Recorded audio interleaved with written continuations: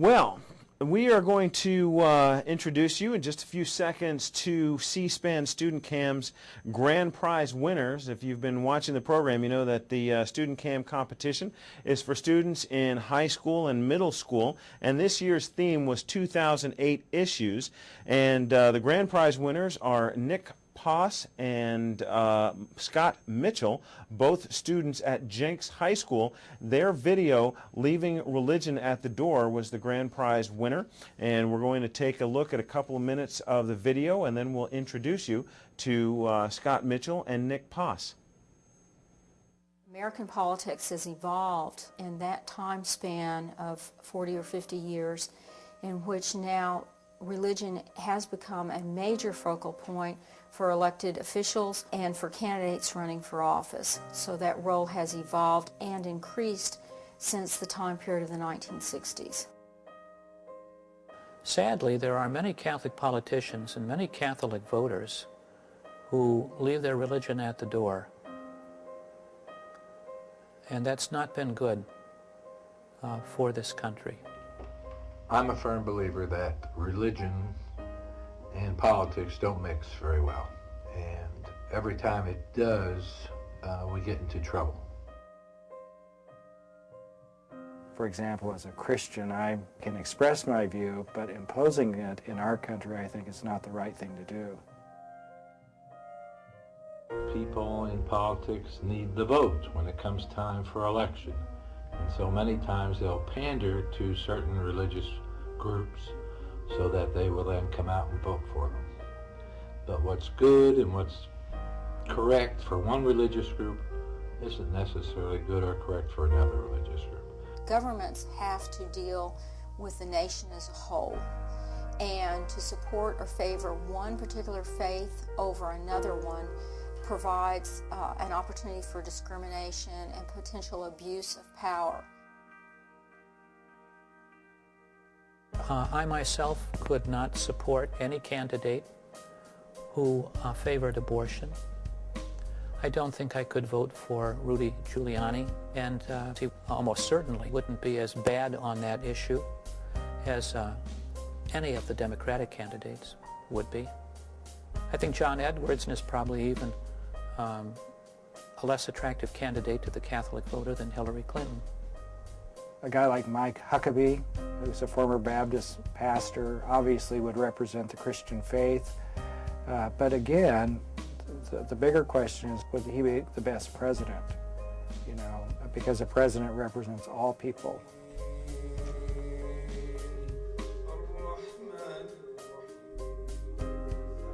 Our founding fathers had great foresight and wisdom in understanding that religious passions can, in some cases, have a detrimental impact on the governance of a nation.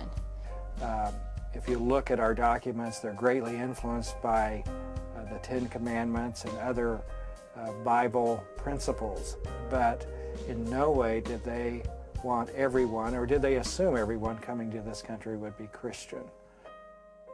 In America today, because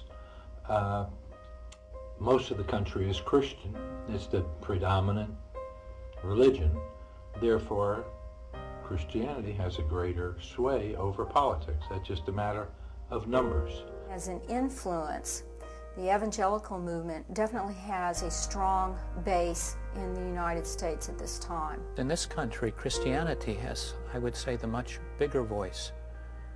However, there is another religion which also has a huge voice, and that's secularism. Secularism is a religion. It's a religion that believes God should be banned from the public square. It is a deeply held conviction, and Christianity is its competitor. I think we're here to help people grow spiritually and to do what they should in terms of being pleasing to the Lord, but I think it's a wrong place again for Christians, especially in the church, where we would get involved in the political arena. That is not what the church should be doing, and we deliberately do not do that. I understand there are churches that actually tell their people who to vote for and this and that. That would be contrary to what we would do in the Church of Jesus Christ of Latter-day Saints. I think, first of all, I applaud the increasing role that faith and religion are having in America. In fact, America is a very religious country. Joe Lieberman, in the preface to my book, says that in a country as religious as America is, where 61% of Americans say that religion is very important to them, to try to demand that Americans divorce their deeply held faith convictions from their public policy views is both an unnatural and an unnecessary act. And I think that when we allow people to bring their religious convictions to bear on public policy issues, and we don't try to disqualify them or to say that somehow some twisted interpretation of separation of church and state means they should be silent, then we're going to have a better conversation, and it's going to make Republicans better Republicans, it's going to make Democrats better Democrats, it's going to make independents better independents, and it's going to make the country a better country. I'd be hesitant to speak for God on what he thinks of the current government of the United States. We all have the same tenets taken from the Ten Commandments. In the United States, we have attempted on a glorious journey that many times we forget. The idea that the common person could say that we have a right to rule ourselves, and we have had to reestablish and reconfirm the notion of freedom for individuals. We are all creatures of the same God. We're all his handiwork. We've been made in God's image and likeness, endowed with intelligence and freedom. And on the screen are the two creators, directors, producers of Leaving Religion at the Door. On the right in blue is Scott Mitchell, and on the left is Nick Poss, both of you students at Jenks High School in Jenks, Oklahoma. Today they are coming to us from Tulsa. Gentlemen, welcome to the program. Thank you. First to Scott, tell us, where did the idea for the documentary come from? Actually, Nick's mom had the idea of doing a piece about religion and politics, and we took it from there. So, Nick, tell me about the discussion between you and your mom and how she talked you into doing this project. She was telling me, we were kind of talking about the C-SPAN project in general, and she was telling me about some emails she had recently gotten about the religious convictions of certain candidates, and she was saying about how much of that would be a good topic for our piece. So, Scott, pick up on that and tell us about the conversation that you had with Nick in order to put this whole thing together. Well, I don't really know. He came to school one day and he was like, "I've got an idea for that C-SPAN competition," and he said his mom had given the idea of a religion and politics piece because Tulsa has a lot of religious, a bunch of different religions, and so we had a lot of connections for we had Christian, we have Jews, and we've got Islamic, so we're pretty much set. Scott Mitchell, what do you think you learned from this project? I learned a lot about religion and politics and just the different viewpoints that people had on it. I also learned more about filmmaking, I'd say. And how about you, Nick? What did you learn from this project? I learned about planning more so. It was important, the planning process, and I learned more about that, just the planning process of setting it up. And it was really interesting to just talk to all those people and see their views. Tell us about how you went about setting up the interviews and getting some of the B-roll. I understand that you had a little bit of a problem outside of a mosque. Yes, actually, one day, it was one of the few shoots I wasn't there. Scott was shooting outside a mosque, and he was shooting the sunset, as you saw in the first couple of shots, and some guy came out and said that he wasn't allowed to shoot there, and but he talked to one of the head officials of the church at the time, and he actually invited him in to film them praying, which was very interesting. So, Scott, tell us, how were you able to convince I believe it was an imam that you talked to. How were you able to convince him about what it was that you were working on and get the invitation to come in and talk to him and watch their prayers?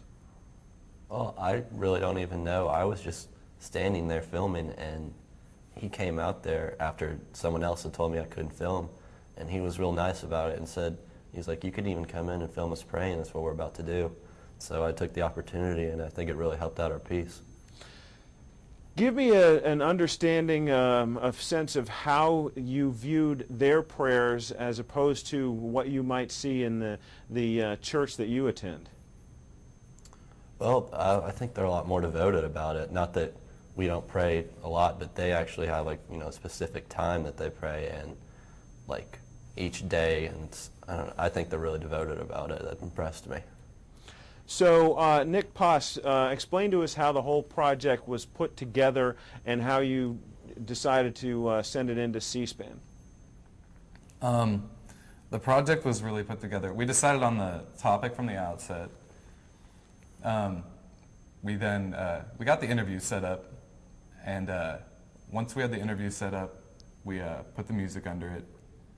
And once we got the music, we approached the problem with B-roll, which is the shots over the interview, the shots of various places or whatever. And from that, we went to churches, and we were lucky to get the praying shots and the begetting shots, and that's really how we put it together. What was the response of your parents and classmates when they saw this project?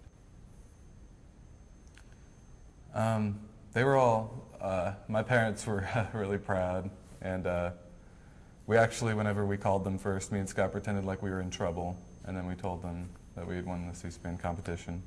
And both of our parents were very proud, and our friends were pretty congratulatory. So, what do you think that you will walk away from this project understanding about the tie between religion and politics? Well, I'd say, personally, I learned more about filmmaking than I did about politics or religion. I did learn about politics and religion, but I learned a lot about how to plan multiple interviews, and especially with the time crunch, because we ended up really procrastinating with this. Yeah.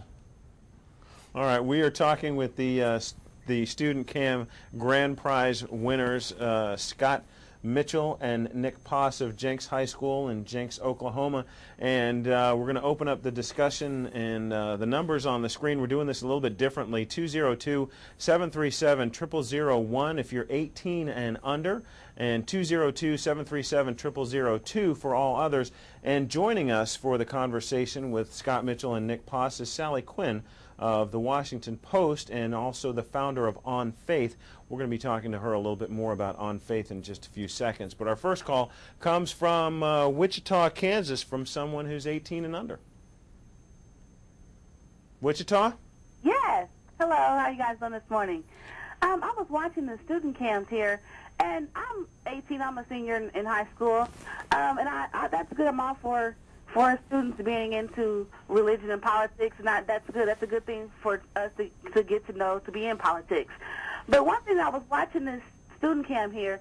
I know I'm from Wichita, Kansas, and it's more than one religion, more than one ethnic people. I didn't notice that you guys went through any African Americans or any other people besides the Catholics and the Christians and the Muslims and things.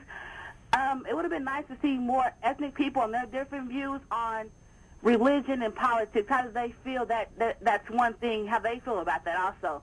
As far as the video and everything that I've seen, it was a wonderful video. That's nice. Like I said, I'm all for kudos to young people getting involved into politics and knowing that how does that play a role, because a lot of things as far as with religion being in schools and things now, they're taking that out. So that's all good for that. But that was one thing that I would have liked to see more, being from Oklahoma there, to go to different churches and find out different ethnic groups and, hey, what are your views? What do you guys feel the same issue that these other people had?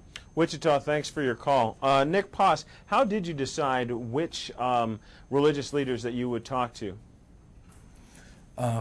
I went through the process actually on the internet. I looked them all up on the internet, and I decided which ones would be most qualified for our topic, and sometimes we called them and they gave us other names. That would be better, and that's how I went about it. When you say most qualified, what kind of qualifications are you talking about? Usually I look for a connection, like some sort of connection to politics, like David Bernstein in our piece. He used to be a judge, which was kind of a connection to politics, and now he's an active member in the Mormon Church and a Mormon Church official. And just stuff like that, stuff with connection to politics, and just well-spoken people also. Next up is Diamond Bar, California. Hello, how are you today? Go ahead, ma'am. My name is Nancy. I'm from Diamond Bar, and I wanted to say, first of all, I just want to make a few comments. I'm an advocate for education. I'm also very, very involved in the political process, have been for many years. I'm 57 years old. I've seen the elections come and go and the candidates that have run over the years. First of all, I want to make a comment. I don't think that in November Obama can win McCain if he is the nominee. Number two, Hillary, I don't know what's going out there with the people, but Hillary Clinton, to be honest with you, they forget that in 1993, the Clintons had this country stabilized to some degree. Everybody had jobs.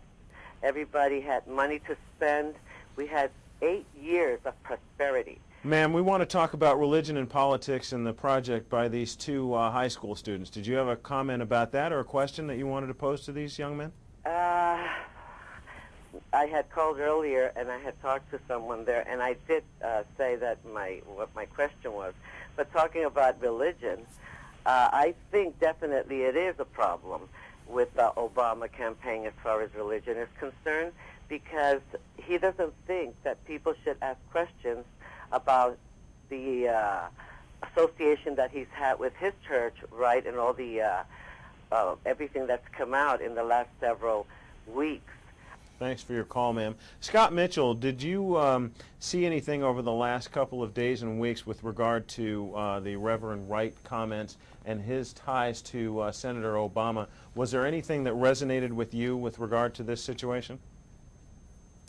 I'm not sure I completely understand the situation, but yeah, I think things like that, religion should play a role in politics, and I would say that if Obama really is close to this guy and he's anti-American or whatever people are saying, that is a problem. Sally Quinn? One of the things that's making me absolutely crazy about this whole Jeremiah Wright situation is that people don't know what they're talking about. Jeremiah, we have seen maybe 3 20-second sound bites of Jeremiah Wright. Suppose you took, just for an example, Bill Clinton, and you did a few sound bites. You did Jennifer Flowers and Paula Jones and Juanita Broderick and Monica Lewinsky, and I didn't have sex with that woman, and then have him lying and saying I did lie, and then having him impeached and then disbarred. And that's all you saw of this man. That's the only thing you knew about him. What kind of a judgment would you make about Bill Clinton? Jeremiah Wright has been a pastor in this church for 36 years.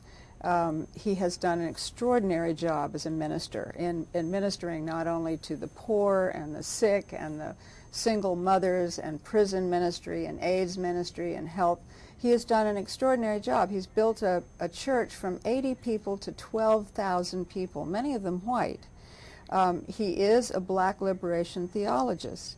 And part of his mission, and part of the mission of the Black Liberation Theology, is that you go out and you help other people. It's not just saving your own soul. It's about helping save other people. It's about helping people who are poor and who are less fortunate than you are. Bill Moyers had an interview with Jeremiah Wright on Friday night on PBS, which was an hour interview, and I think that if anyone watched that entire hour, they would see a very different person from the person they see in this 20-second soundbite. There's so much ignorance about what liberation theology is about It's what good these liberation theologists do and how little people know about it to make that kind of a judgment about him, and then about Obama, who was very involved in inner city work all during this time, part of this ministry. I think it's embarrassing and shameful for people to make these criticisms without knowing what they're talking about. If they learn about Jeremiah Wright and his church and his ministry and the work he's done in 36 years, and if they listen to his full sermons, and if they see Bill Moyer's piece, and then they decide, I can't deal with this person, then that's another situation. But to say this person is anti-American when he was a Marine, served in the Marines for 6 years, actually was in the hospital room with Lyndon Johnson when he had his gallbladder removed because he was a medical technician. This man is a patriot, and he's someone who loves his country. So my point is, educate yourself before you make a decision. And if you have a chance, you'll be able to see Reverend Wright live tomorrow morning at 9 a.m. He is doing a news conference at the National Press Club. It will be carried live on C-SPAN 2. For a portion of it, it will also be carried live on C-SPAN, but you can see the entire news conference on C-SPAN 2 starting at 9 a.m. Are you sure it's 9? Because I was told it was 8. I could be wrong. I could be wrong. But we'll double check on that, but I think we're going to go with 9 for right now. All right. We're also going to go back to the phones, North Andover, Massachusetts, for a youngster under the age of 18.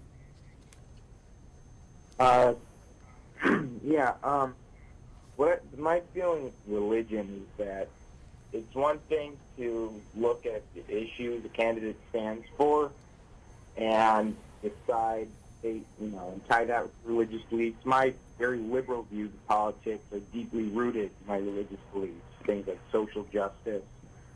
But it's completely different when you look at a candidate and you make a judgment on them based on their professed beliefs, which there's no way to tell for sure if they're sincere about it, and you might end up getting a very warped view of who the candidate is if you judge them solely on their religious beliefs.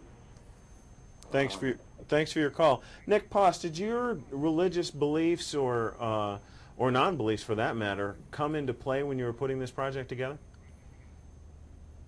I think I would lie if I said they didn't. I tried my best to be non-partial, and hopefully that showed, but I tried my best to be non-partial at all and just give everybody their say, because that was it was also one of the requirements for the contest, was to be open-ended, and that's what we tried to do. Our next call comes from New Bern, North Carolina. Good morning. How you doing? I'd like to congratulate the students on the good film that they put together. One thing I noticed lacking in it, though, was that there's no point of view of the atheist or the agnostic. There's no representation in American politics for somebody who follows that line of thought, and it seems a little bit unfair. I think that politics should be based on one's morality, and making a decision based on their morality, and not have to tie it into religion. I wanted to know what the students thought about that. Scott Mitchell, why don't you go ahead and take that one? Well, that's a very good point. I think the reason that we didn't really have an atheist view on that was because we were kind of going for like church officials, people who had like something to back up their claims and their viewpoints.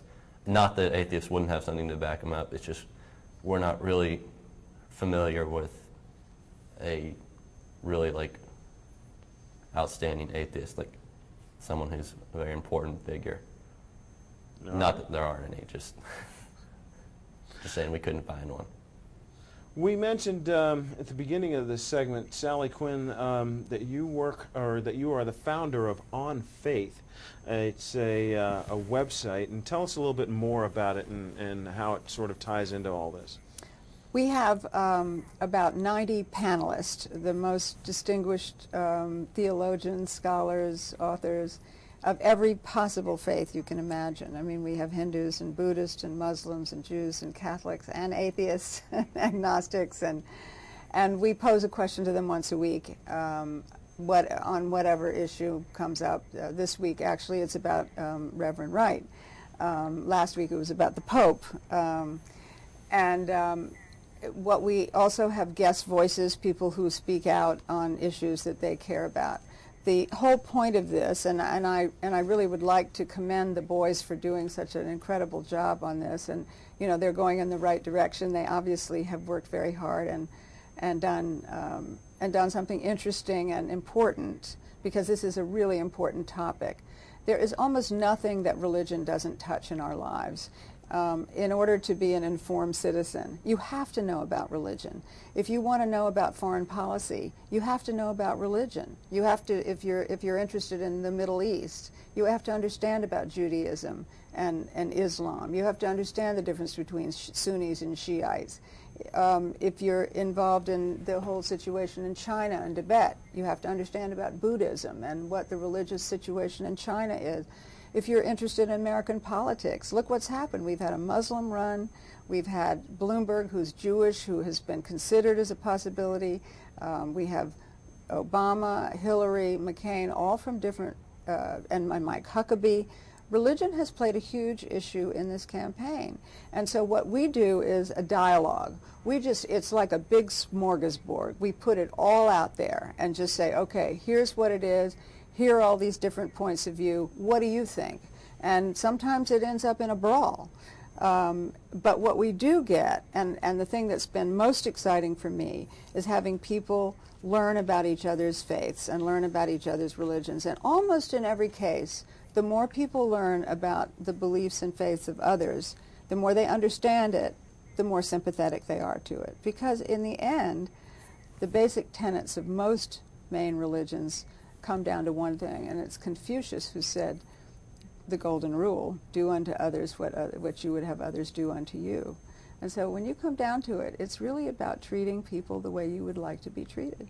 And in terms of politics, which we do a lot about, certainly today there's no possibility that an atheist, an avowed atheist, could ever be elected to the presidency. Why not? Because this country is 90% religious, and people would not accept that.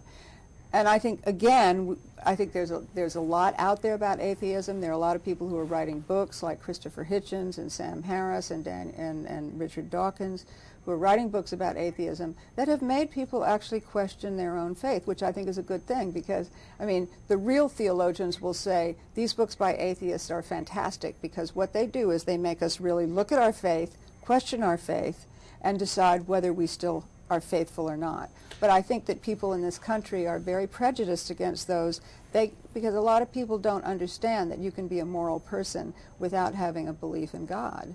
And until people, and we're moving in that direction. I know a lot of atheists who are much better people than people who claim to be devoutly religious. And you can look at some of these mega church leaders like Jimmy Swaggart and see what kind of lives they live, even though they profess to be very, very religious. Let's take this call from Lexington, Tennessee, rather. Sorry about that. Lexington? Yes? Go right ahead. I was calling to comment on the video, saying that they did a wonderful job, because kids nowadays, as myself, we don't pay attention to all the politics and religion, and nowadays, whenever you're talking about politics, religion happens. It's something that automatically pops up, and they will discuss the other candidates' religion, whether it be good or bad.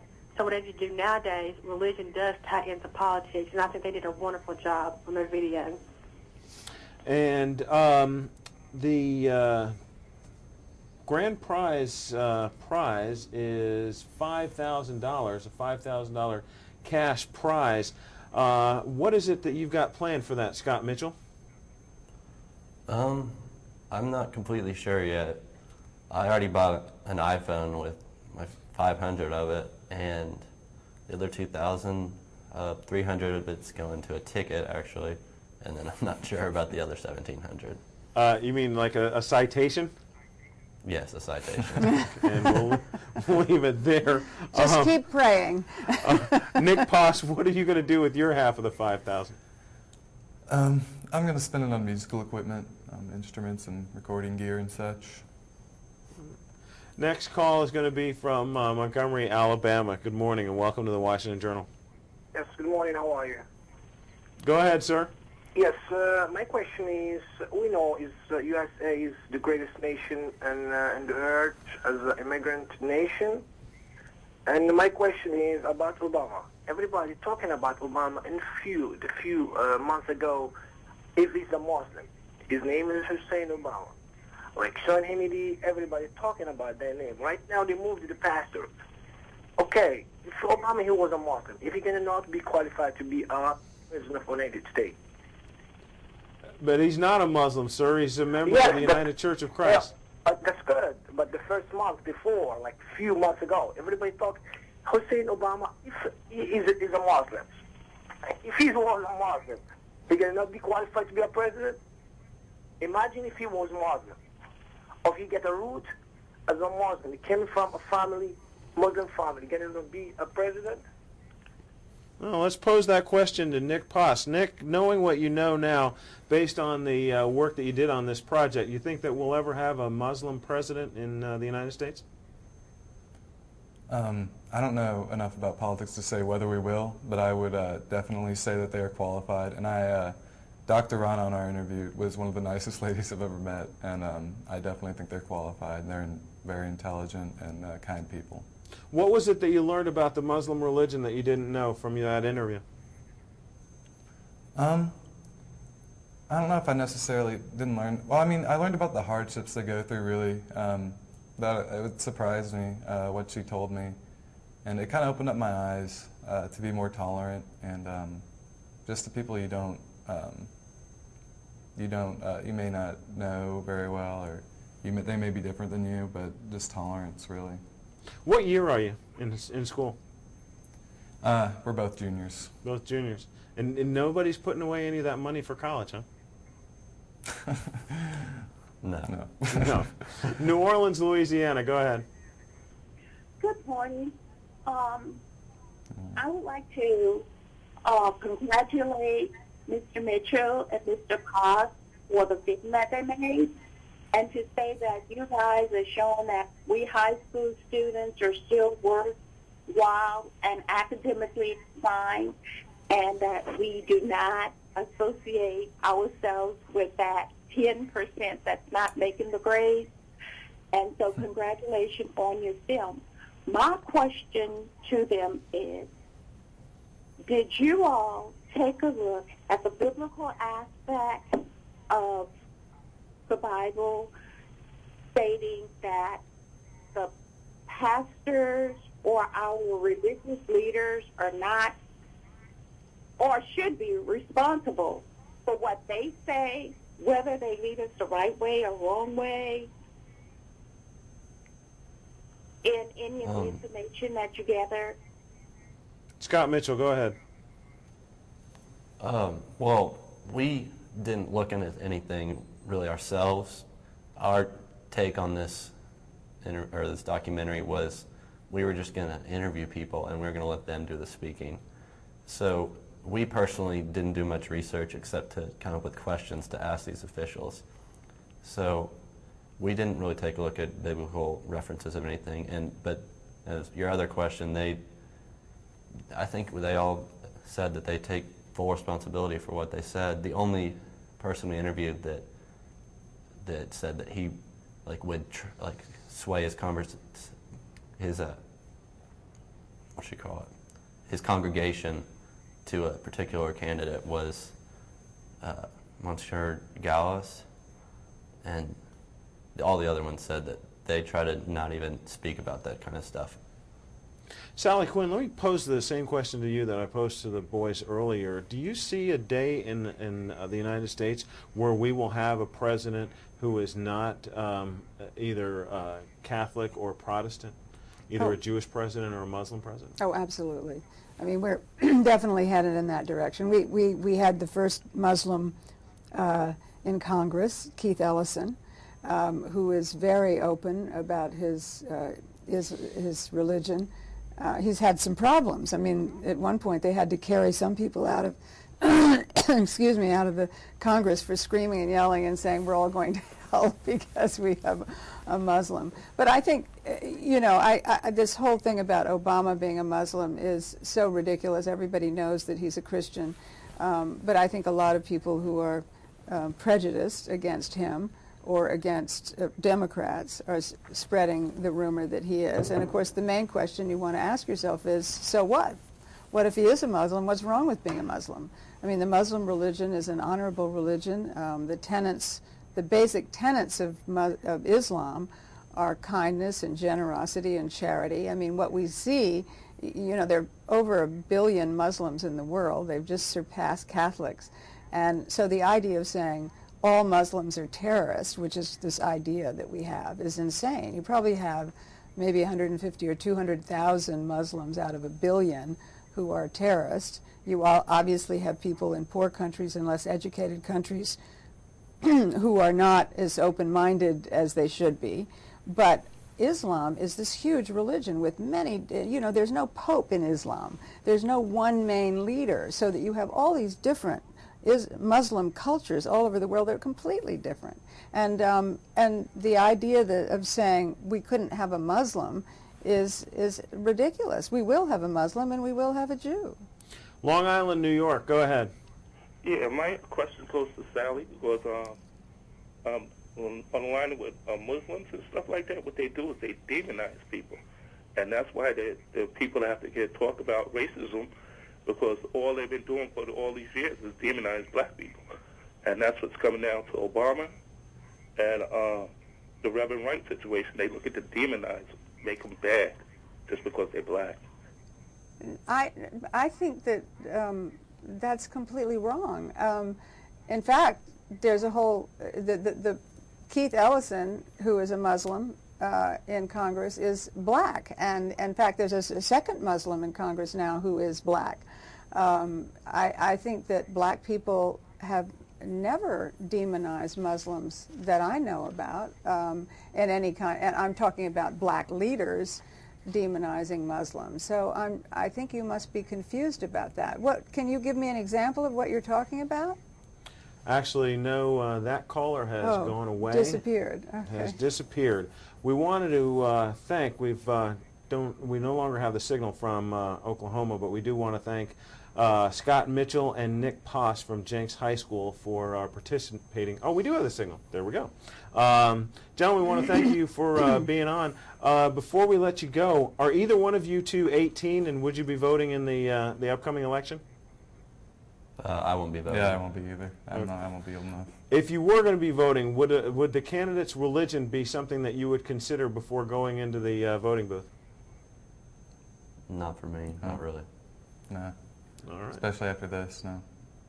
Nick Poss and Scott Mitchell of Jenks High School, thank you very much. We also want to mention that last year Nick had a second-place win for his entry, Denying the Deniers, which focused on the Holocaust, and that the boys have been working through the Cox cable system out there in Oklahoma. Thank you very much.